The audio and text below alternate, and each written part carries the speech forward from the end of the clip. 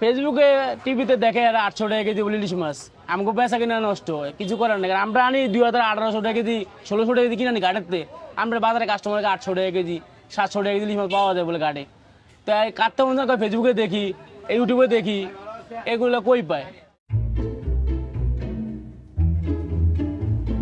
শুনলাম যে আপনার রপ্তানি বন্ধ, আশা করছিলাম তো মাছ পাওয়া যাবে, প্রায় সময়ের মধ্যে আসবে, তার তো কোনো লক্ষণ দেখছি না, বাস্তবে দেখছি না। এগুলো আনছি আমরা 1650 টাকা কেজি।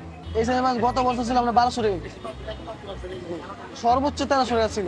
ওই সময় আমরা তো মাছে এই জায়গায় ইলিশ মাছ ছিল, ওই জায়গায় ইলিশ মাছ ছিল, এই জায়গায় ইলিশ মাছ ছিল। আজকে ইলিশ মাছ নাই কিনে সারে। এখন দেখা গেছে কাস্টমার চায় না দিয়ে পারা যায়, এই জন্য আনি।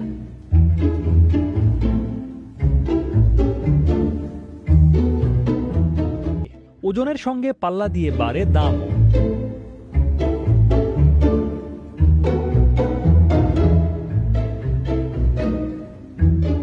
সাভার গেলি একটা 20-25 জন মানুষ, এরা 30-40 হাজার টাকা মাছ পায়।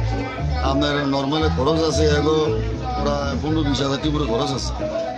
আর ছোটো ছোটো যে সাভার গেলি আপনি 700-10 হাজার টাকা মাছ পায়, এও ধরুন 5-6 হাজার টাকা খরচ আছে।